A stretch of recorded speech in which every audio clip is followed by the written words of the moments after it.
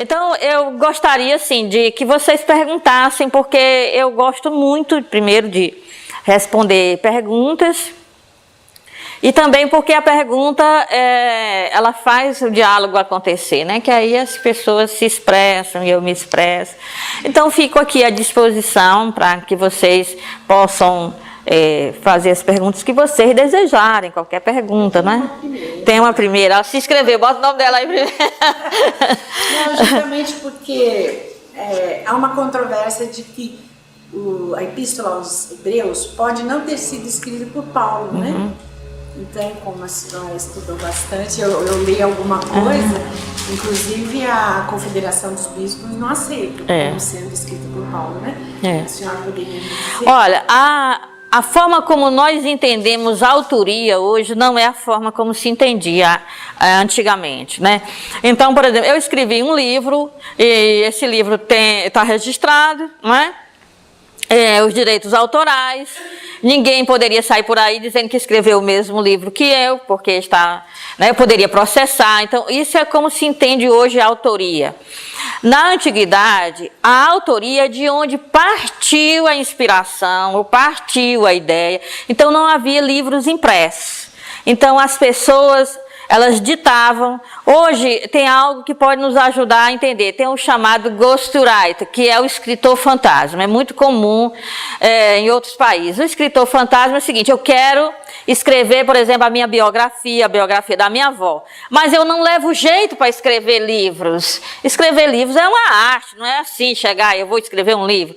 Então eu queria publicar esse livro sobre a vida da minha avó, mas eu não levo jeito para escrever livro. Então, o contrato, o ghostwriter, ele não aparece. Então, o que é que eu vou fazer? Eu vou contar as minhas memórias, ele vai gravar, né? E vai depois montar e vai escrever em alto estilo. É assim que nascem as biografias dos presidentes, dos artistas e tal. E aí, o que é que vem o nome na capa? O meu, é como se eu tivesse escrito. Por quê? Porque ele ganha para não aparecer, para escrever e não aparecer. Então, eles escrevem muito bem, mas eles nunca escrevem livros, porque eles nunca são autores, e ninguém sabe quem é. É preciso descobrir assim: você conhece um ghostwriter? Né? Para me indicar, porque tem uma pessoa que quer escrever, na realidade sou eu. Aí você diz: eu ouvi falar que tem. É igual como às vezes nas universidades federais tem o cartaz assim: digitamos monografia, digitamos coisíssima nenhuma. Faz, né? Ali é só para tapear os professores, né?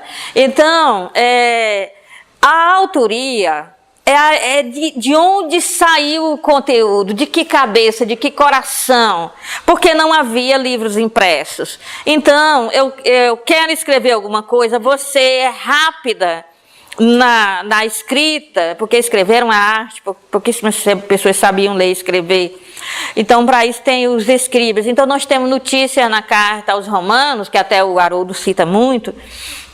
No final da carta aos Romanos, Paulo está mandando saudações para várias pessoas, né? Como se eu estivesse terminando uma carta, escrevendo lá para Castelo, minha cidade, dizendo assim: um abraço para a dona Raimundinha, para a dona Zefinha, né? E aí, de repente, nesse monte de saudação que Paulo de Tarso está fazendo aos conhecidos, alguém diz assim: e eu, Técio, que escrevi esta carta, também mando um abraço para o seu Zezinho. Então, veja, há a denúncia de que ele se empolgou com as saudações de Paulo, e diz: eu também vou mandar uma saudação. Né? Então, para não dizer que era Paulo, porque aí ficaria estranho para quem ia receber, ele manda uma saudação bem pessoal para alguém que é conhecido dele. Né? E aí, para dizer essa saudação, ele tem que se identificar. E eu, Técio, que estou escrevendo a carta, também mando a saudação para fulano. Então, quer dizer, era muito comum, as pessoas colocavam no papel, porque não havia impresso, tudo era copiado, tudo era manual. As pessoas que colocam no papel não são autores. Né? As pessoas da onde brotou a ideia, e tem mais, às vezes as pessoas diziam assim: olha, não, esse aqui, meu nome, por exemplo, sei lá, Aristófanes, digamos assim, né? E todo o conhecimento que eu recebi sobre Jesus veio do apóstolo João. Né? E estou numa idade já avançada, posso de qualquer momento partir daqui, tem a perseguição do Império Romano, eu não posso perder aquelas informações que o apóstolo João me passou, então eu vou colocar por escrito, mas como isso eu recebi dele, eu não posso colocar o nome Carta de Aristófanes.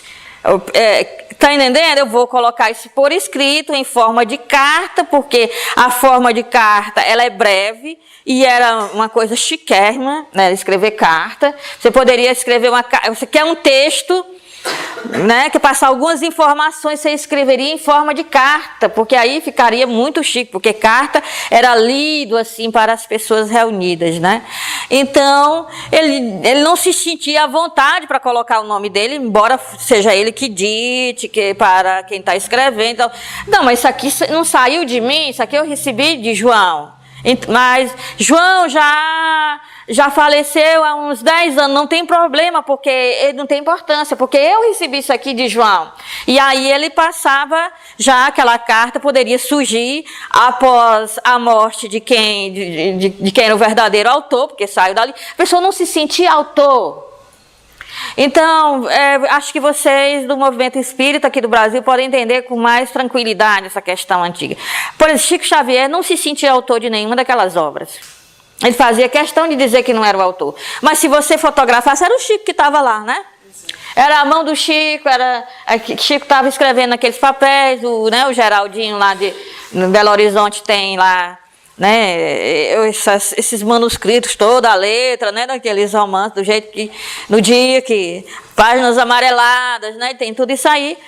E todo mundo poderia dizer, então qual é o problema para Chico Xavier? Que ele está vivendo numa época em que existe autoria, existe direitos autorais, ele tem que registrar. Então tem que levar o nome Chico Xavier, mas ele não se sente autor, então ele remete ao verdadeiro autor que o inspirou naquele escrito. Então, na antiguidade, era muito comum as pessoas receberem uma obra de alguém que já tinha falecido há muito tempo, mas elas não achavam estranha. Por quê? Porque pode ter sido escrita ontem, mas a pessoa que escreveu não se sente verdadeiro autor disso aqui, porque recebeu esse conhecimento de outro. Então, o que acontece? Hoje em dia a gente recebe conhecimento dos nossos professores, a gente aprende uma coisa com o nosso professor, o professor nunca escreve aquilo ali, a gente escreve e coloca o nome da gente, não sente com a consciência pesada de jeito nenhum, não é? Porque afinal de contas fui eu que coloquei por escrito. Isso na antiguidade seria desonesto. Se aquele conhecimento eu não recebi, não nasceu em mim mesmo, mas eu recebi de alguém me ensinou, eu deveria colocar o nome de quem tinha me ensinado e não meu. Então, se a gente leva em conta essas questões de autoria, não tem problema nenhum com a Carta aos Hebreus, nem com nenhum livro do Novo Testamento, né?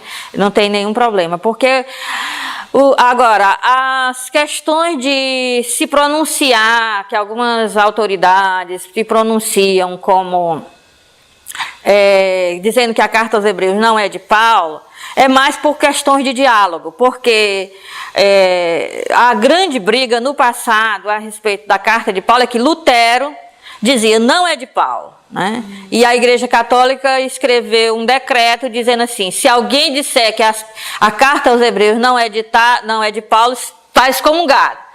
A reação foi essa, excomungou. Não é amaldiçoado, anatema sit, quer dizer, em bom latim tá amaldiçoado. Então, depois quando resolveu retomar o diálogo, então resolveu desfazer certas posturas muito ríspidas que tomou no passado. Então, é mais uma questão de diálogo. É para não dizer que está impondo uma coisa que estudiosos de outra religião, de outra denominação cristã estão dizendo o contrário, para não dizer assim, nós não estamos aqui querendo ser inflexíveis como somos no passado. Mas essas questões sobre autoria, estudos sobre autoria, essas questões mudam muito.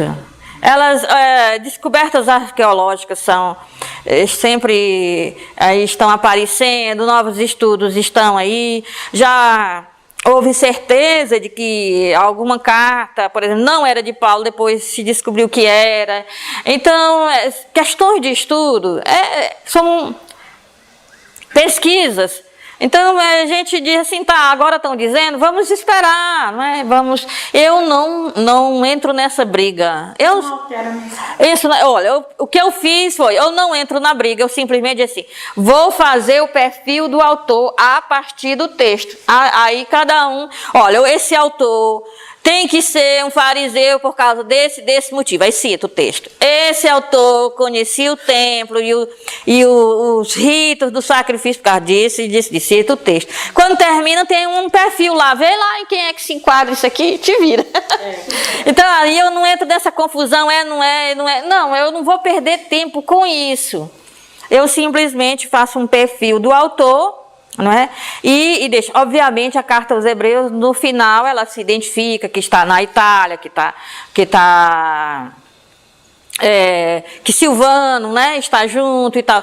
Mas isso aí pode ser um bilhete de despedida ou de alguma cópia. Então, não garantiria. Então, não adianta a gente dizer, mas está aqui no final dizendo. Não, porque aí dizendo isso aí pode ser um bilhete de envio da carta que alguém manda. Então, simplesmente não perco tempo.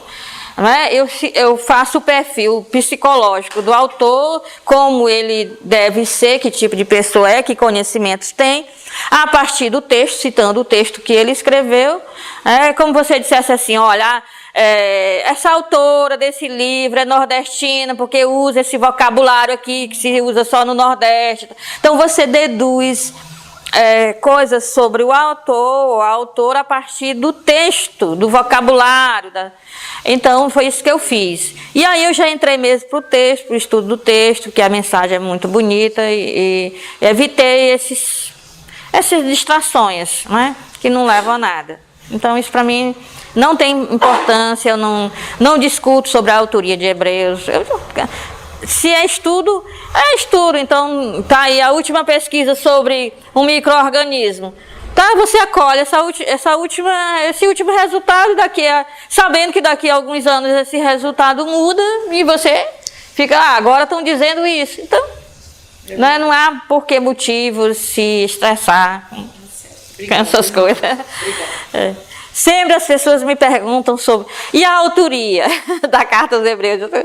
Eu sempre dou essa resposta. Não é um ponto assim que eu tenha que me fixar, né? Então, eu tranquilamente deixo que as pessoas se decidam, né? Dando os argumentos todos que eu vejo no próprio texto, né? Que isso aqui é mais importante para mim.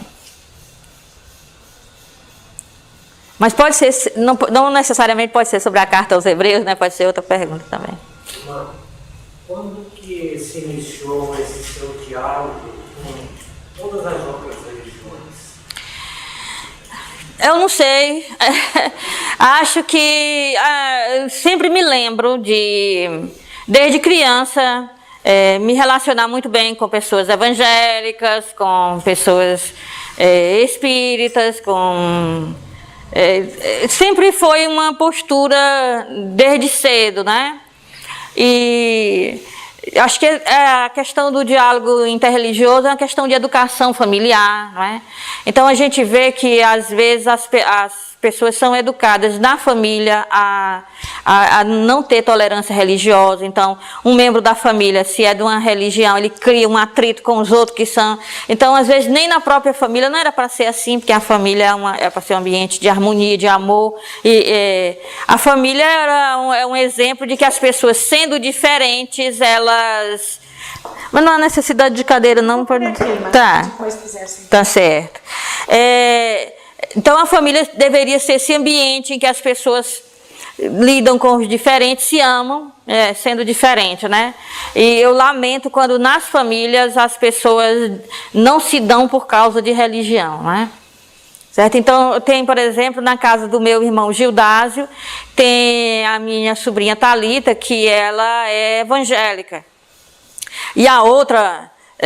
a irmã dela, a Tainara, não se identifica como católica, mas tende mais para o catolicismo. De vez em quando ela é católica, mas geralmente não se identifica com nada. E elas dividem assim: de tanto a tantos minutos, a Thalita escuta as músicas evangélicas que ela quiser. E de tantos a tantos minutos, a outra que vai escutar, né, rap, vai escutar o reggae, escutar as outras. Então, isso é muito tranquilo, né? Então, quando a Thalita se preparou muito para o vestibular de engenharia, ela se cansou muito, e aí ela disse para a mãe dela que queria descansar um pouco, precisava de um ambiente de silêncio e de paz. Aí a mãe dela disse: pois nós estamos satisfeitos com seu ingresso na universidade, para onde você quer ir, não peça para muitos gastos, porque nós não temos, somos pobres. Ela disse: não, eu quero ir para onde está a tia Ila. E aí telefonaram para mim, eu disse: olha, aqui nesses dias está muito chato para uma jovem, né?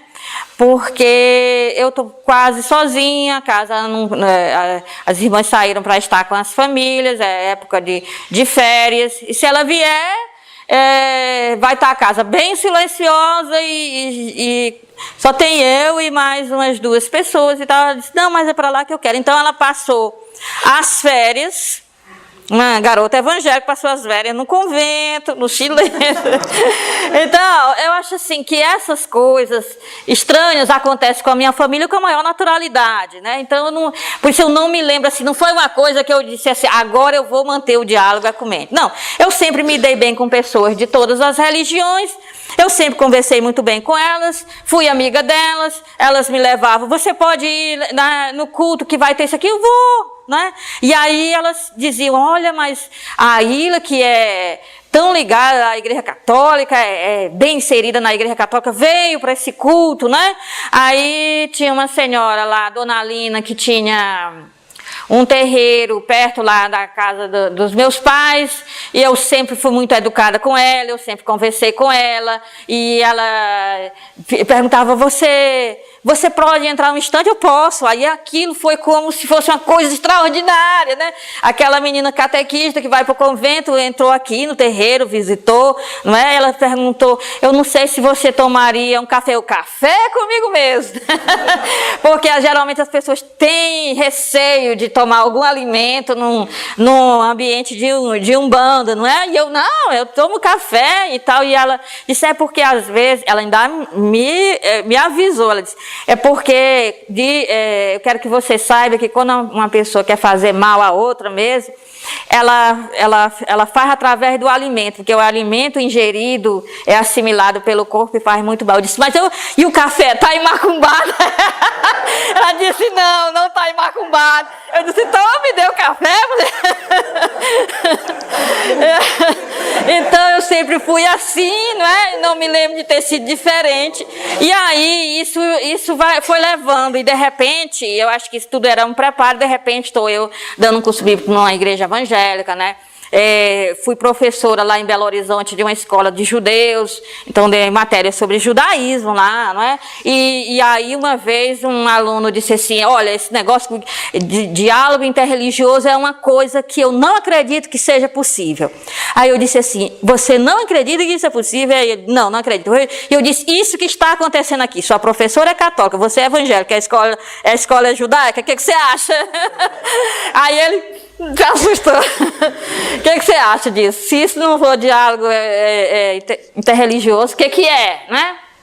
Então, também porque eu acho assim, que o ambiente de trabalho pelo bem, em favor do pobre, quando a gente trabalha em favor do outro, a gente tem do lado da gente espírita, umbandista, católicos, evangélicos, tem todas as pessoas que têm um objetivo só: resolver aquele problema, ajudar as pessoas que estão necessitadas.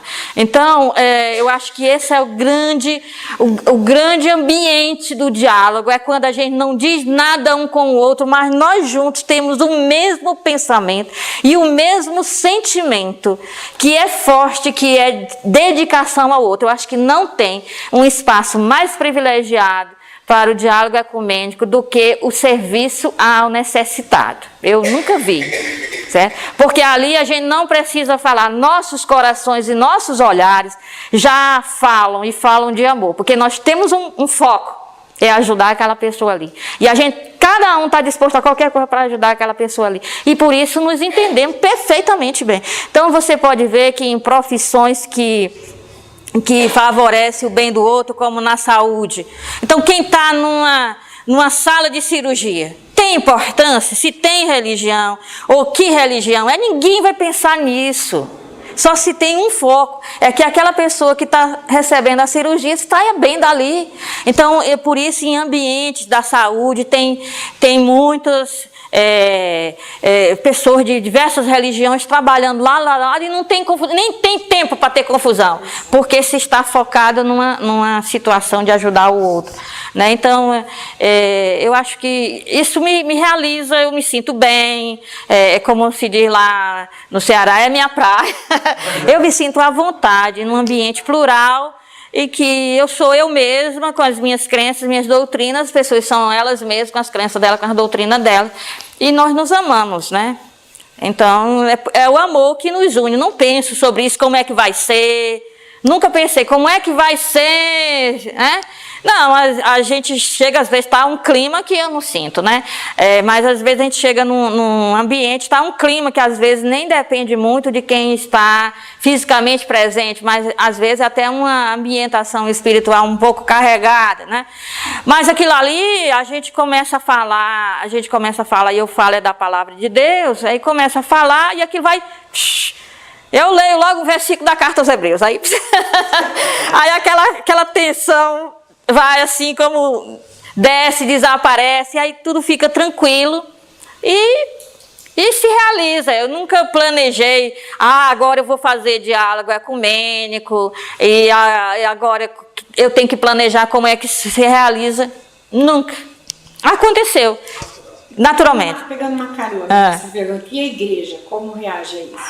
Então, a Igreja Católica, oficialmente, desde 1965, que ela é aberta, ela orienta e ela legisla até em favor do diálogo interreligioso, com todas as religiões. Tem uma passagem numa Constituição dogmática, que em latim se chama Nostra Aetate, que quer dizer em português nossa época, porque começa assim, a nossa época pede, né, a união de todos os credos. E aí diz assim, se por acaso numa religião não cristã,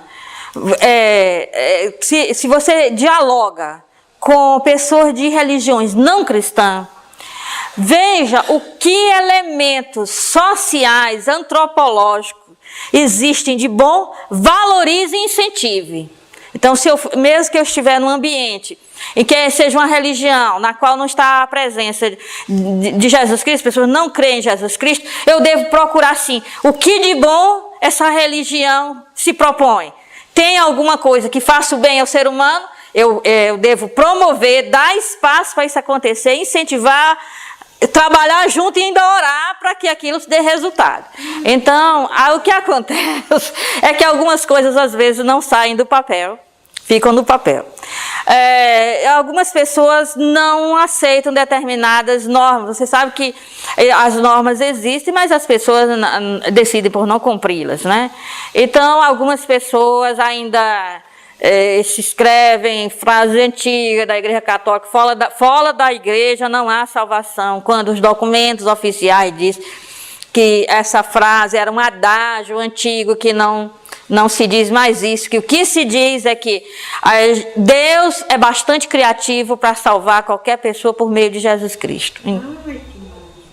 Mas ainda hoje tem gente lá fora da igreja, não há salvação. Acho que foi um mês passado, estava num negócio lá no Facebook de jovens, uma página de jovens, com a foto do Papa Francisco, e fora da igreja não há salvação. Papa Francisco afirma que fora da igreja não há salvação. Aí os lá, adorei, é isso mesmo. Bota esse pessoal. E eu, meu Deus do céu, quem é que está por trás de uma coisa dessa? É impossível. Primeiro, porque ele é papa, não vai contra as próprias leis da igreja. Segundo, a personalidade dele, ele, o melhor amigo dele é um rabino. Então, acho que ele vai ter como melhor amigo uma pessoa que não vai se salvar porque não é cristão. E tem mais, é fora da igreja, entenda-se, católica. Sim. Então, as pessoas ficam com a mente embotada, porque elas estão tão enraizadas na intolerância, que elas não notam a falta de lógica do discurso, né? Então o discurso sempre é ofensivo tem um aluno que ele sempre chama essas pessoas, né? O aluno Marcelo sempre chama essas pessoas de catolibã. Catolibã são os talibãs dentro da igreja católica. E assim, eles só não explodem, só não são homens bombas e não explodem o carro bem aí do lado, porque não tem coragem para isso. mas se tivesse coragem, faria, porque estão matando de outro jeito mesmo, na ofensiva, na inflexibilidade, na intolerância. Isso aí também mata, né? Como Jesus disse, não é quem ofende, quem anula o outro, né? A palavra raca em aramaico quer dizer eu anulei o outro, você é ninguém. Quem disser isso contra o seu irmão é digno do julgamento igual como um assassino. Deve receber a mesma sanção, a mesma penalidade do que o assassino, porque está matando, não é? Então, deve ser considerado dessa forma, não é? Então, porque está matando de fato. Então, eu vejo assim, há pessoas que não colocam isso em prática. Eu não tenho receio, porque primeiro, eu não sou contra a Igreja Católica, eu amo a Igreja Católica. Segundo, o que eu falo é sobre a Escritura. Eu não poderia nem sequer falar sobre a doutrina espírita, porque não entendo, não é? Não estudei, eu não falo nada sobre o que não tenho estudado. As pessoas dizem, você vai falar sobre o quê? Eu vou falar sobre a única coisa que eu sei falar, que é sobre a Bíblia. Então, eu não me envolvo em falar coisas sobre psicologia, ou engenharia, ou direito, porque eu não entendo, não domino o conteúdo, não domino a doutrina evangélica, não domino o conteúdo da doutrina espírita, sei algumas coisas que amigos eu vou perguntando e vão me explicando, por curiosidade, porque convivo com eles, tenho que me situar, tenho que saber que termos se usa para tal coisa, o que se pensa disso, mas não tenho um conhecimento, não tenho um estudo, não é? Então não me atrevo. Então, não vejo nenhum problema. Às vezes, as coisas que a gente passa é das pessoas, assim, hostilidade virtual, hostilidade de alunos que não aceitam, mas, assim, parte da hierarquia, eu nunca recebi nenhum maltrato, nenhuma exortação, ou qualquer tipo de coisa, mesmo porque não haveria motivo, né? Não haveria motivo para isso, já que a própria igreja orienta para o diálogo. Então, não tenho, né? E também não tenho problema em ser exortado caso eu ultrapasse os limites de alguma coisa, ou da minha igreja, ou das outras religiões com as quais eu lido. Aí a pessoa diz, olha, isso aqui é ofensivo, ou isso aqui não é adequado, e eu não tenho problema nenhum com isso, porque eu trato isso com muita naturalidade, né? Então, assim, as pessoas perguntam, você é perseguido? Bom, não é contra homens de carne e sangue que eu batalho, como diria Paulo, né? Então, às vezes, tem algumas coisas no nível espiritual, né? Que a gente passa, mas assim dizer, você é chamado a atenção por padres, por bispos, por causa do que você faz, nunca, né? Nunca. Já me perguntaram várias vezes, nunca. Não minto, não engano, não, né?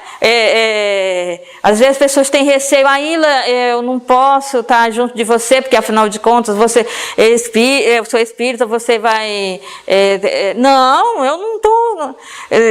Vim para falar para os padres salesianos e avisei, olha, a passagem... deve ser comprada para o retorno no sábado à tarde, porque depois do retiro com vocês eu vou falar num ambiente espírita, pelo menos eu sabia que era até sábado, né?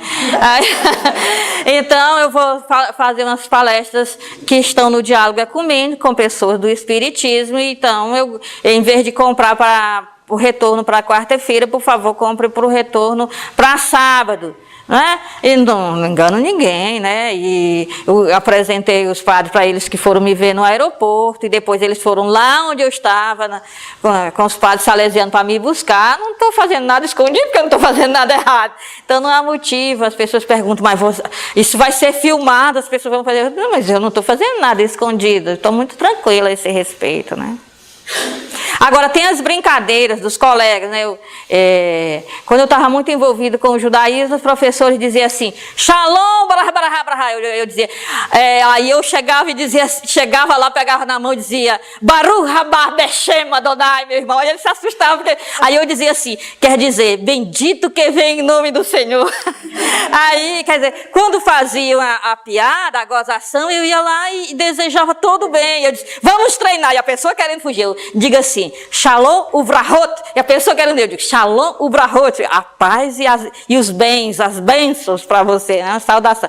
Aí outro dia eu passei a um dos professores, sabia que eu tinha cartaz em todo lugar na faculdade católica sobre curso com a irmã Ilha da igreja Betesda, espalhado cartaz da igreja Betesda.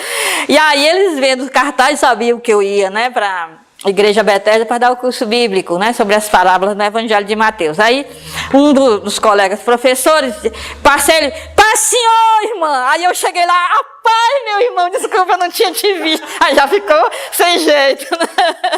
Então, eu levo tudo isso com a maior naturalidade e eu acho o seguinte, eu sou assim, e eu tenho um chamado para isso. Eu não obrigo ninguém a ser, eu não fico falando que as pessoas devem ter diálogo. Então eu acho assim, a gente tem que fazer aquilo que a gente é chamado, e deixa o outro lá, que ele faz aquilo que Deus o chama, e ele tem livre-arbítrio, se ele acha importante ele faz, se não estou fazendo para dar exemplo a ninguém, eu estou fazendo porque Deus me chama a fazer isso. Só, não é para dar exemplo, não é para ensinar ninguém, não é para que os outros façam, não, é que Deus quer que eu faça isso, então eu faço aquilo que Deus quer para mim, só, sem nenhum outro, porque algumas pessoas acham que eu quero impor isso, não, eu nem comento, a pessoa não chega e não diz assim, certa vez assim, irmã, eu queria que você fosse lá no meu grupo de oração falar sobre o diálogo ecumênico.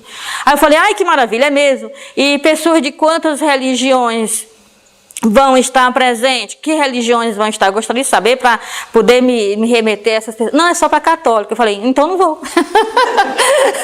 Aí, como assim? Eu disse, eu não vou falar sobre diálogo ecumênico só para católico. Então, vocês convidem pessoas de diversas religiões, que aí... Não, mas é porque as pessoas não sentem a vontade para convidar pessoas de outras igrejas. Eu disse assim, então, se vocês me mostram que vocês vão fazer o diálogo ecumênico, eu dou a palestra para vocês. Como é que eu tenho feito? O que eu tenho aprendido com isso?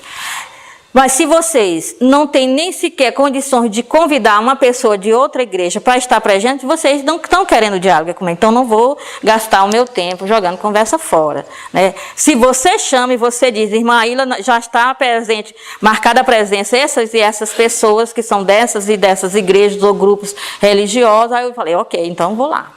Porque aí demonstra que quer. Como assim? Fechar o grupo, fechar as portas? Sou católico para eu falar sobre diálogo interreligioso? É brincadeira, né? Então, nesse ponto, eu sou assim, eu digo, não. Se é para falar sobre o diálogo interreligioso, chame as pessoas, que aí eu sei que realmente conversaremos juntos sobre os desafios disso. Essas pessoas de outra religião vão fazer, né? E tem aquelas coisas também que eu incluo, né? Se eu estou responsável por um colóquio, um simpósio, um congresso, aí eu trago as pessoas de outra religião para falar, né? Isso causa um desconforto em algumas pessoas, né? Uma vez estava um pastor, amigo meu, sentado assim, como ela está bem pertinho, e o padre deu a palestra falando sobre os desafios de evangelizar os jovens, né? E obviamente ele falou da experiência dele, deu exemplos da experiência dele. Quando abriu para todos pudessem falar ou perguntar, aí o pastor foi e pediu licença e falou que isso não era, tinha gostado muito, mas que não era uma coisa só de católico, era uma coisa que estava acontecendo também na igreja evangélica, era difícil. Aí falou das dificuldades dele, falou que das negligências das pessoas da igreja dele, né, do comodismo. Então, ele fez se expôs, né, expôs erros ou defeitos da própria igreja dele, se expôs. Quando ele terminou, que o palestrante ia retomar para poder conversar direito, aí o que estava presidindo a mesa se levantou. Vamos ficar de pé, porque o tempo já está avançado, e vamos cantar em latim a Salve Regina!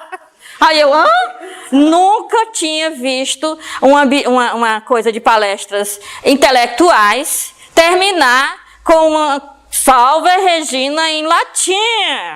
Então, a Salve Regina em latim não foi para honrar ou agradecer Maria de Nazaré, foi para cutucar, foi para humilhar o pastor que estava ali como convidado. Nossa. Aí eu só disse assim, pastor, desculpa aí o latinoro. Ele disse... Aí ele disse, não tem problema, Aila, né? Não tem problema. Então eu fui com ele até o estádio, e ele ficou lá, ele ficou tranquilo, enquanto a turma lá do latinoro cantava a Salve Rainha em latim, e ele ficou presente ali, e ficou feio, porque a maioria das pessoas, os católicos fizeram assim, ó, desse jeito para esse padre. Então, uns ou outros começaram a cantar, depois viram que o ambiente estava... E os outros assim, ó. Eu mesma. Puxei a banda da revolta, né? Então, porque não tinha nada a ver, né? E foi assim, nítido, que era para ofender o outro, né? Então, não havia necessidade disso. Tem certas coisas que são infantilismo, só que a gente pode lamentar, mas que coisa mais infantil e ridícula, né? Não havia necessidade de nada disso. Então, tem essas dificuldades, mas são pessoas, a gente pode pontuar, são pessoas infantis, não é? São pessoas que não se resolveram afetivamente, porque a aceitação do diferente não é questão de religião, não é questão de fé. Aceitar o diferente é questão de maturidade emocional, né? Então, quando a pessoa diz, esse aqui para eu querer bem não precisa ser igual a mim. Isso é maturidade afetiva emocional. Está no nível dos relacionamentos e não no nível da fé. Agora, acontece que algumas pessoas que têm essa questão da imaturidade afetiva emocional, elas buscam a religião porque é uma forma de impor sobre outro o seu ponto de vista. Mas elas são assim e buscam a religião, né? E não o contrário, não é porque são da religião que é assim. Eu penso que o seu agir em contato com as outras religiões, ele não se dá apenas na questão da palavra, né, de estar aqui com a gente.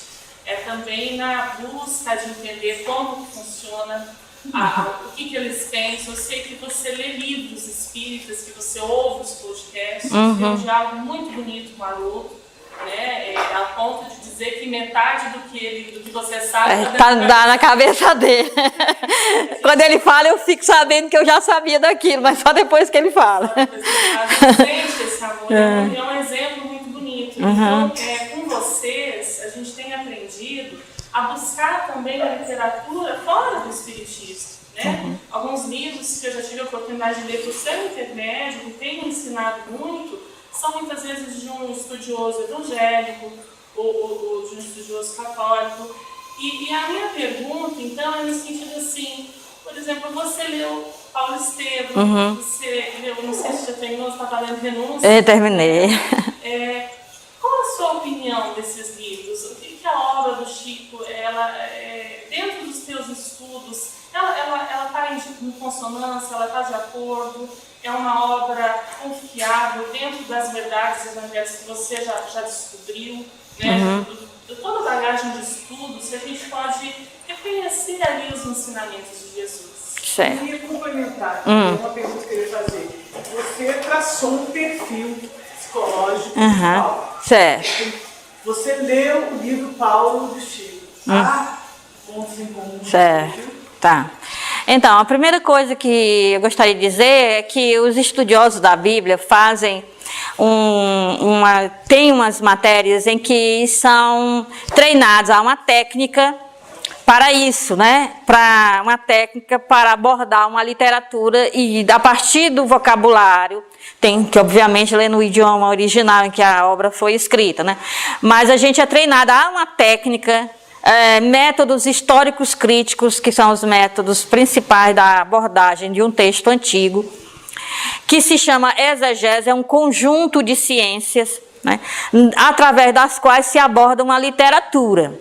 Então, quem é estudioso da área de Bíblia aprende essa técnica que se usa para a investigação da literatura antiga e aplica isso para os textos bíblicos, né? Então, a gente é treinado em descobrir que época mais ou menos é a partir do texto, por elementos de dentro do texto, mesmo que não tenha um achado arqueológico, a partir de elementos de dentro do texto, ver em que época foi, em que contexto foi, que tipo de autor seria este, esse ambiente em que esse texto surgiu, é um ambiente árido, é um ambiente fértil, é um ambiente pastoril, é um ambiente agrícola, não é? Então, a partir das próprias, da forma, o contexto que se chama, né? Então, o que é o pretexto, o que veio antes do texto, não é? E que se pode ver a partir do próprio texto. Então, a gente sempre divide assim o pretexto, o contexto e o texto, né? Então, a gente tem o texto. E aí a gente volta para montar os perfis de autor, de ambiente, de contexto histórico possível, etc. Então, isso aí se aprende, é uma técnica, né? Então, se aprende isso. É uma ciência, é lidar com textos religiosos como literatura e ver o que é que estão tentando transmitir. Se tem retórica, não é? Que tipo de argumento se usa na retórica para se autoafirmar, para afirmar uma ideia. Então, se usa tudo isso. Então, a primeira coisa é esclarecer isso. Então, eu não só, claro, no ambiente espírita sabe que eu leio, as pessoas sugerem, leia esse livro, eu leio, não é? Então, eu sempre gostei muito de ler, e esse mesmo meu irmão Jacques, quando foi no dia do lançamento do meu livro lá em Teresina, né, no Piauí, ele foi chamado para falar, para me apresentar, não é? E ele disse assim, bom, o que eu tenho a dizer é o seguinte, nós da nossa família sempre lemos muito, porque nosso pai lê muito, nos incentivou desde cedo a ler, e ler para nós é uma coisa natural. Mas ninguém na nossa família leu tanto, se a gente juntar todo mundo, ainda não dá para ter lido o que a Ilha já leu, porque ela lê muito, ela realmente lê demais, com muita facilidade e até rapidez. Então, geralmente, eu leio muito, e não tem essas coisas de dizer, essa literatura eu não posso ler, eu não gosto de ler, não vou ler, não é? Tem um preconceito com agora. Não existe isso. Então, eu leio muitos livros evangélicos, né? Livros de judeus, livros de islamitas, né? Os chamados muçulmanos, eu leio. Quero me informar sobre essas coisas, sobre o que as pessoas pensam a respeito de Deus, como que elas se relacionam. Eu acredito que o discurso diferente nos educa, não é? A gente está, às vezes, acostumada a sempre ouvir as mesmas coisas, as pessoas da mesma igreja, né? E aquilo vai ficando repetitivo e a gente já sabe tudo. Quando a pessoa vai tossir, quando a pessoa vai pigarrear, a gente já espera isso da palestra, porque é aquilo ali mesmo. Então, quando a gente está lendo ou ouvindo uma pessoa de outra igreja, de outra religião, a coisa é nova. A gente adquire conhecimentos novos. Mesmo quando a gente não concorda, aquilo nos desperta ideia. E a nossa identidade fica mais firme. É interessante que pense isso. Interessante que pense que essa roupa é branca quando eu penso que é azul. Mas que coisa linda, que interessante que pensam isso. E eles pensam isso por causa disso e disso.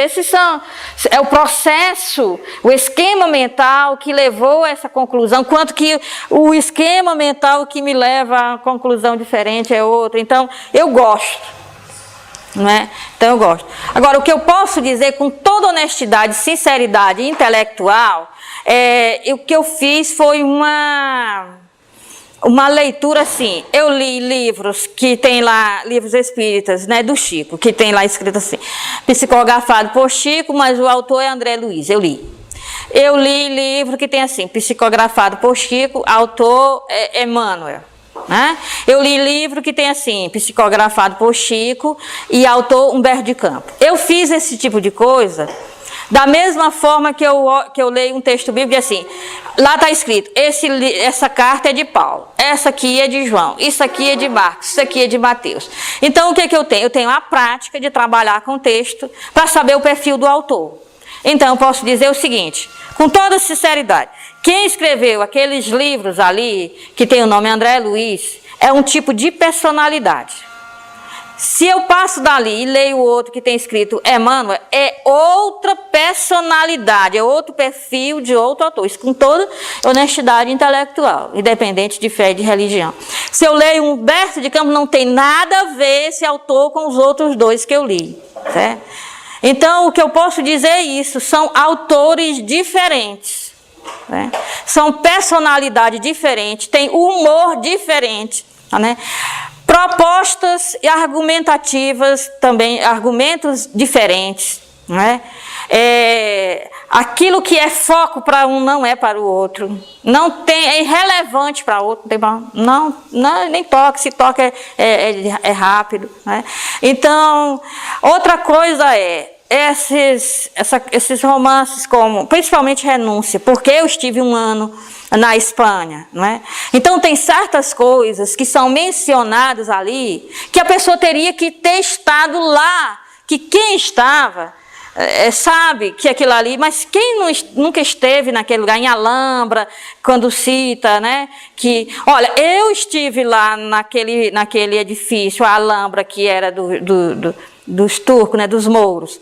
E quando a gente sai, mesmo em 2007, quando a gente sai, o que é que tem? Ciganos, que eles chamam, ritanos, né? Ritanos para ler a mão. Então, eu que estive lá, vivi essa experiência, eu vejo com naturalidade que a personagem do livro saia da Alhambra e tem um cigano para dizendo, adivinhando o futuro dela. Olha, você vai sofrer, não sei o que, não sei o que, não sei o que. Mas eu estive lá, eu vivi uma coisa assim, como é que Chico, meu Deus, escondido no interior de Minas Gerais, em 1900, aí minha mãe não tinha nem nascido, vai saber que ao sair da Alhambra tem ciganos para fazer leitura de mão e prever futuro, não é? Então tem certas coisas que eu não posso ficar obstinada e por causa de questões religiosas dizer, não, isso não existe. Existem fatos, tem coisas a respeito do Império Romano, né, da época de Cristo, da época de Paulo, que um estudioso desse período vai ter acesso. Mas Chico, né, não tinha condições.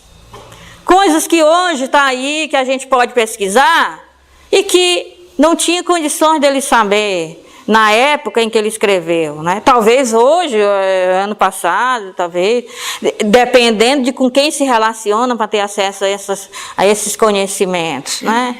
Então, essas coisas como os mosteiros de Carmelita e Medina, como que vai saber disso naquela época? Né? Certo? Então, tem certas coisas que não tem condições, é uma questão de honestidade intelectual, eu te digo. São autores diferentes e têm informações da cultura, da história, da geografia, da topografia, da arquitetura, que não poderia ter naquela época morando onde ele morou com os conhecimentos que ele tinha. É isso que eu posso dizer, honestamente. Quando ele escreve Corinto, né? Ele escreve Corinto, com detalhes, né? Detalhes. De mármore, de rosa e tudo, né? Que ele jamais poderia ter. Exato. Hoje a gente tem esses acessos pela internet. Isso. Então, são pessoas diferentes escrevendo, com temperamentos bem distintos, né? Que se expõem numa obra, né? O Humberto de Campos não tem nada a ver com o livro de Emmanuel, não tem nada a ver, né? Certo? Esse foi o que ele é mais distante dos outros, né? Então, assim, um brasileiro apaixonado e que... Então, não tem nada a ver mesmo, nada a ver com os outros dois. Então, sim. Você fala em Humberto de Campos, não sei se você chegou a ler o livro Boa Nova. Boas Novas. Ainda estou lendo, leio aqui, ali. A última história, ele fala sobre Maria de Nazaré, aos pés do madeiro, na hora da partida de Jesus. Né? Então, ele fala com uma categoria maravilhosa, né? Sobre uma ação que eu já fui católica, eu já fui evangélica e hoje eu escolhi o caminho, há 50 anos, o caminho espírita. Então, eu digo o seguinte, que quando eu não entendia quando Jesus dizia: João, filho, eis tua mãe. Mãe, eis teu filho. Parecia, para o evangélico que eu era, que Jesus não queria aceitar Maria como mãe. Né? E a coisa ali é diferente. Uma mãe é humanidade. Né? Uma mãe é humanidade. Porque você ainda não leu. Não, essa parte eu não cheguei. Só cheguei, eu me lembro de já ter visto a parte do Judas, o João Batista, os inícios de Jesus. Mas chegar até lá, não. Ainda não cheguei até o final. História. Tá certo. Você está contando o final do filme, mas tudo bem. Tudo bem. Eu já assisti. Já assisti o filme. Tá certo. Mas não tem problema não, tá perdoado. Eu chego lá. Sim. Não sei se é concernente, mas acho que as cartas de Paulo, o que você, uma delas assim nas viagens que ele fez, que lhe chamou mais atenção, que tem um conteúdo moral, que serve para todos nós, independente da religião, que te chamou a atenção, alguma carta assim que tenha mexido a comunidade, aquela necessitava disso e disso, e reportando aos tempos de hoje, é isso que acontece, só muda os tempos, mas as pessoas têm as mesmas necessidades, as mesmas lutas interiores, né?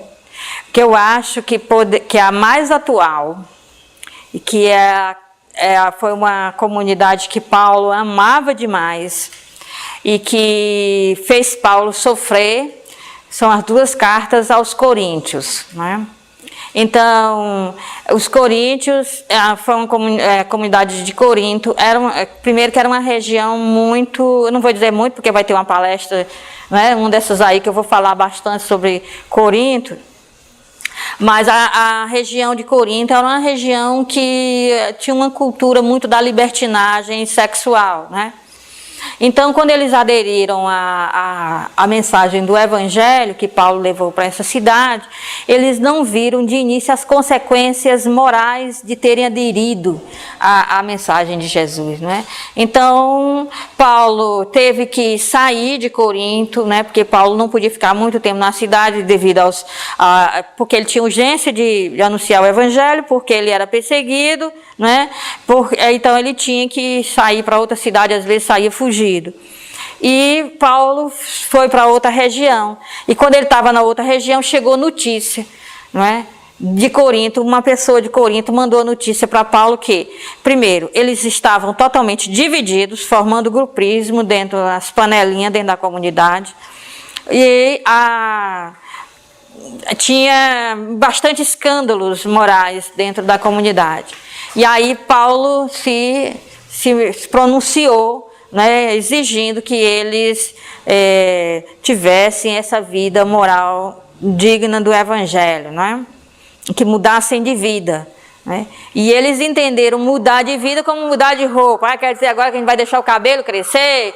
Então as perguntas eram: a gente come carne sacrificada aos ídolos, ou seja, a gente come carne comprada no mercado, que o bicho pode ter sido morto lá no templo de Afrodite? Isso lá é nada. A gente veste a roupa igual o judeu, a gente cobre o cabelo, a gente corta o cabelo. Imagina. Esse tipo de pergunta, mudar de vida era trocar de roupa. E Paulo, não é bem isso não, né? Eu fiquei sabendo que entre vocês cometem pecados, erros no âmbito da moralidade que assusta até os pagãos, que os pagãos acham estranho, e vocês tratam isso com a maior naturalidade. Havia um caso de incesto dentro da comunidade cristã, né? Então Paulo diz aquela célebre frase: nem entre os gentios se vê tal coisa, né? E isso está acontecendo dentro de uma comunidade cristã. Então eles romperam com Paulo quando viram a exigência eles disseram que Paulo não mandava neles, né? E trataram com indelicadeza, dizem que portador não merece pancada, mas trataram com indelicadeza quem levou a carta, né? E não gostaram nada do que foi dito. Então, eles romperam com Paulo, e Paulo tentou reatar o relacionamento com os coríntios, e ele escreve, e diz que escreve entre lágrimas. Ele chorou, ele sofreu com essa ruptura, com esse rompimento, né? E aí escreveu, se explicando, mas dizendo que o que queria era o bem deles e tal, fez tudo para retomar o relacionamento com os coríntios. Então foi a comunidade que mais deu dor de cabeça a Paulo, e Paulo diz assim: olha, eu sou açoitado, eu sou expulso da cidade, eu sou preso, eu sofro na minha carne diversas coisas. E enquanto essas coisas estou sofrendo na carne, eu não tenho como dormir, eu não me sai da minha cabeça hora nenhuma essa preocupação que eu tenho com vocês. Eu acho assim que as duas cartas aos Coríntios, que mostra essa dificuldade de relacionamento e como eles conseguiram se relacionar, voltar às boas, aceitarem Paulo de novo como amigo, eu acho que isso aí é muito instrutivo para nós hoje, nas nossas desavenças comunitárias, nas panelinhas que a gente forma, nas discórdias, nas questões morais de hoje em dia. Eu não vejo cartas mais atuais para a nossa época do que as duas cartas de Paulo aos Coríntios. Eu acho que elas são as que devem mais ser lidas e estudadas para a nossa época. Porque a nossa época tem muito daquela época que Paulo escreveu as duas cartas aos Coríntios. E é lá que está aquele poema, né? Do amor, é lá que está o poema do amor. É lá que está a dizer que cada dom é como se fosse membro de um corpo, e que todos os membros concorrem para que o corpo seja um conjunto harmonioso, né? Então tem coisas belíssimas lá, né? É mais e ali também está quando ele fala que tem um espinho na carne. Tem o bendito espinho na carne. Ontem foi perguntado, né? Mas tem nada não, o público é outro. Não, o espinho na carne, que muita gente quer adivinhar, nós não sabemos qual era o problema. Né? O que ele quer dizer é o seguinte: é algo que eu não sei se você tem um espinho aí na sua mão, no seu pé, em alguma coisa, eu não posso saber. Né? Então, quer dizer, é algo que é invisível aos outros, que os outros não veem, mas que a pessoa sabe e incomoda. É uma expressão hebraica que quer dizer isso. Algo que eu tenho em mim, que me incomoda, que eu não gosto que esteja em mim, embora isso não seja uma coisa pública, não seja uma coisa que os outros percebam. Né? Então ele diz que alguma coisa que o ajuda a não se vangloriar, a não ter vaidade, a não se orgulhar. Ele não teria como se orgulhar por causa disso, que ele sabe. Então, eu ouvi um orador espírita citar esse trecho e dizer que seria a lembrança da morte de Estevão, quando ele o apedreja, né? Sem inclusive saber que era, seria essa lembrança de um erro provável. Agora, é a mesma coisa também que eu disse ontem. Paulo, ele tem consciência do que ele fez. Ele fala sobre o que ele fez, mas ele não carrega uma culpa. Está entendendo? Então, ele é simplesmente alguém que reconhece um erro objetivamente, os motivos por que errava, ele não esconde isso, mas isso não é não causa nele um complexo de culpa. Ele não se retrai por causa disso. E também essas coisas, ela é público, todo mundo sabia. Lucas, quando narra a morte de Estevão, Lucas diz assim: foi uma multidão, e ali estava Paulo, responsável, porque o que Lucas diz é que ele ficou com as roupas.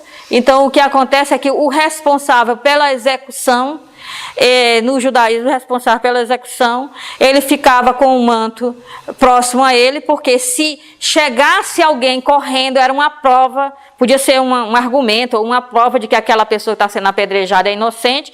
Então a pessoa responsável pelo apedrejamento, se ele visse alguém correndo, ele parava a qualquer momento sacudindo essa veste. Quando ele fizesse assim, as pessoas parariam de jogar a pedra e iriam retomar o julgamento e ver se o que falha houve. Então, quando Lucas narra dessa forma no Atos dos Apóstolos, está dizendo que Paulo é o responsável pelo apedrejamento. E isso foi uma coisa que as pessoas viram. Isso não foi uma coisa escondida, isso é uma coisa que as pessoas sabem. Que ele perseguia a igreja de Cristo, né? Que ele, a coisa que ele diz, tanto que quando ele encontra-se nas portas de Damasco, o Cristo que, porque me persegue, né? Que ele acha estranho, porque Paulo não tem nada contra Cristo. O que Paulo tem é contra os cristãos, né? E, como assim? Né? Quem é e quem é o Senhor que eu estou perseguindo, né? Eu sou Jesus, né? A quem tu persegues. Então, quer dizer, Jesus se assume que quem persegue os seguidores de Jesus está perseguindo o próprio Jesus. Paulo não fazia essa diferença, né, na época.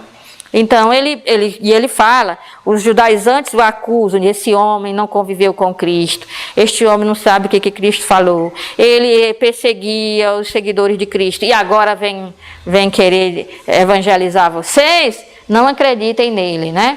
E Paulo, quando retomava, ele dizia, eu realmente persegui. Objetivamente ele dizia, persegui por excesso de zelo. Mas isso não é o mais importante. O mais importante é que desde antes do ventre materno, eu já tinha sido escolhido para anunciar o evangelho aos não-judeus. Eu não sabia, mas agora eu sei. Então tem uma coisa que é anterior à culpa e que faz Paulo avançar, né? Porque ele tomou consciência que ele já nasceu com essa missão, né? E ele cita o livro de Jeremias, do profeta Jeremias, a frase que Jeremias diz, antes do ventre materno. Ele já me conhecia, já tinha me consagrado, já tinha uma missão para mim. Né? Então isso aí não é, eu não acho que isso, eu pessoalmente, não acho que isso seja o espinho, porque isso é notório, o espinho ninguém nota. Né? E que Paulo diz que pediu a Deus para retirar dele, e Deus disse que não iria retirar, que bastava a graça para conviver e que ele tinha consciência de que isso o impedia de se vangloriar, de ter orgulho, de ter vaidade, e por isso ele só sentia honra na cruz de Cristo. Né? Que a honra para ele não era ser rabino, não era ser fariseu, não era ser judeu, ele considerava tudo isso esterco. A honra para ele era ser digno, ser considerado digno de receber chicotadas, pedradas e tudo mais pelo nome de Jesus. Isso para ele era que era honra. Que deveria ser uma desonra, era uma honra. E o que deveria ser uma honra, era uma desonra. Ele não ligava para isso.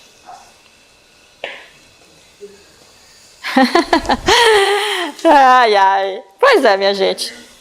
Mais alguma pergunta? Só uma senha.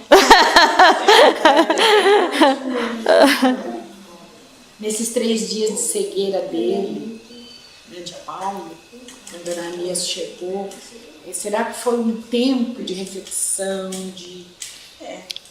com certeza. Isso aí também.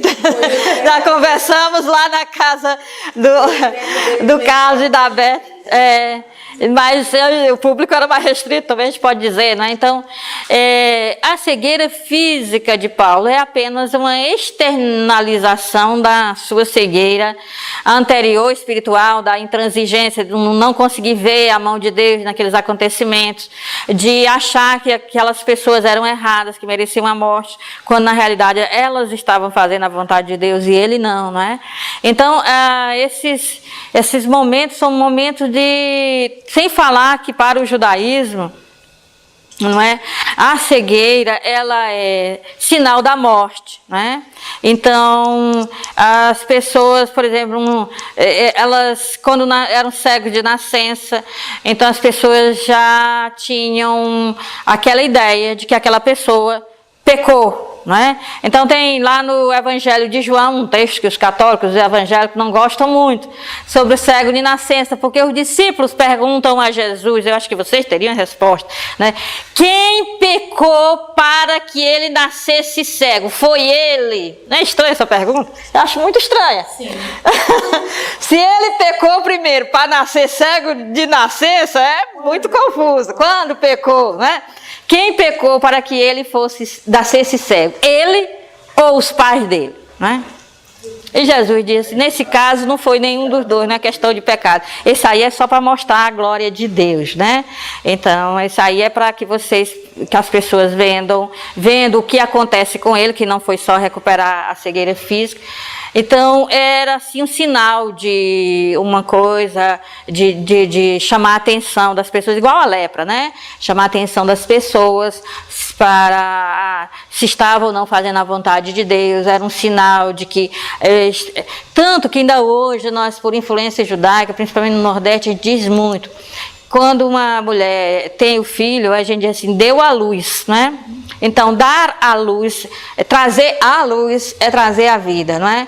Então, ainda é uma influência antiga da forma de achar que a pessoa, de certa forma, quando é cego de nascença, ela não tem acesso a esse mundo, de fato, enquanto as coisas que nós estabelecemos, nós compreendemos as pessoas e as coisas e as situações vendo-as, né?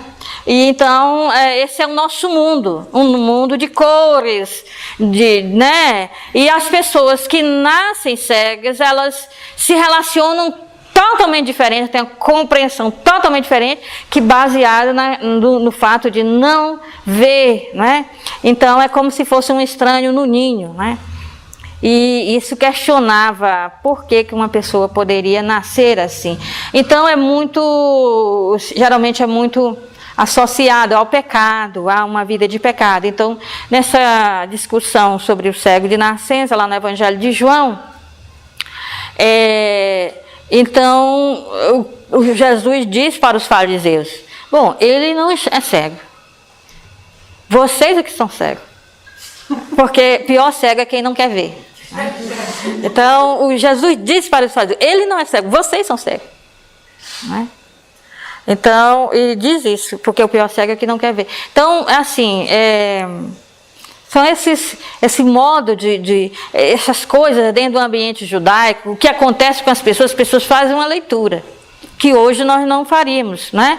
Não faz parte da nossa cultura entender assim, mas eles fariam uma leitura, eu estava errado, eu passo pelo Sheol, que vocês chamariam de umbral, estou agora passando por isso, e eu vou ser retirado disso, então eu recomeço a minha vida, não é? De forma diferente, agora não como perseguidor, mas como um expositor, um divulgador dessa mensagem, né? Então é a época de latência, como uma lagarta entra no casulo e depois sai uma borboleta. Então essa cegueira é isso, esse casulo, é essa latência, passar do pecado para a graça da vida nova, sair da morte para a vida. Então por isso que tem os 3 dias para se reportar a ressurreição de Jesus, não é?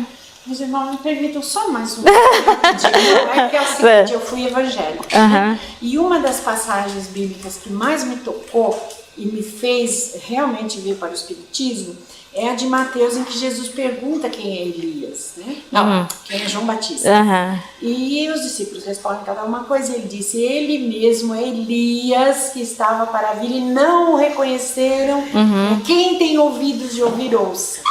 Isso daí para mim foi muito forte, porque lá em, acho que Jeremias, se não me engano, foi dito, né, a mãe de João Batista, e virá no espírito e na força e no poder de Elias. Sim, Malaquias no final. Então, como que você vê isso? Bom, a explicação que geralmente a gente tem, que para nós era com toda tranquilidade, né? São expressões hebraicas que diz assim, fulano né? Então, por exemplo, Jesus é dito, é assim a leitura que se faz, né? Então, explicando a leitura. Então, diz assim, Jesus é filho de Davi. Então, obviamente, o pai de Jesus não se chama Davi, né? Chama José. Mas Jesus é filho de Davi, fulano é filho de Abraão, Zaqueu é um filho de Abraão. Então, é uma relação de pertença, e quando se entende que quando diz assim, João Batista é Elias, quer dizer, a missão de João Batista é igual à missão de Elias. É assim que se entende, certo? Fora do Espiritismo é assim que se entende. A missão de João Batista é a mesma missão de Elias. E só, não questiona ninguém. É que a gente aceita, porque Elias foi morto, aliás, ele matava os seguidores de Baal, mandou matar os seguidores. Como João Batista. Vocês têm a explicação, que é muito interessante. Admito que resolve muitas coisas essa explicação, não é? Nós não prestamos atenção nem a isso, quer dizer, pouquíssimas pessoas lembram que Elias, quando teve o desafio da fé no Monte Carmelo, que os profetas de Baal perderam, né? Ele disse, degola todo mundo. Certo? Então, E ele foi transportado realmente?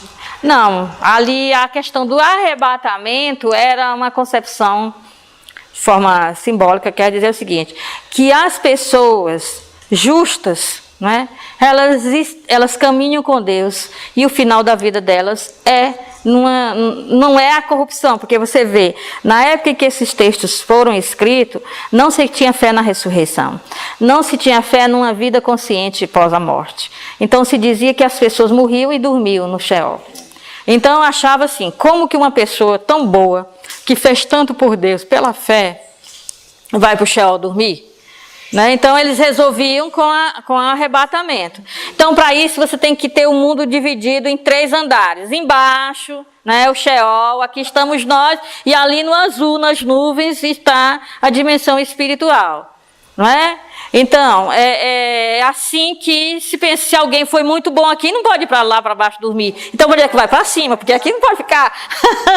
Certo? Então, a gente tem que ter essa concepção do que eles tinham na época, né?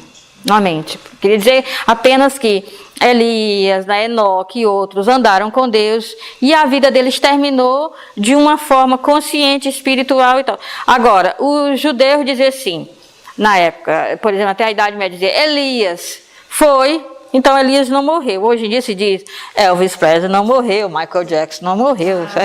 Então Elias não morreu, ele foi bom demais para ter morrido. Então se ele não morreu, a qualquer hora ele pode voltar. Não é? E vai voltar do jeito que foi, novinho em folha, porque fica fora do tempo, conservado. Né?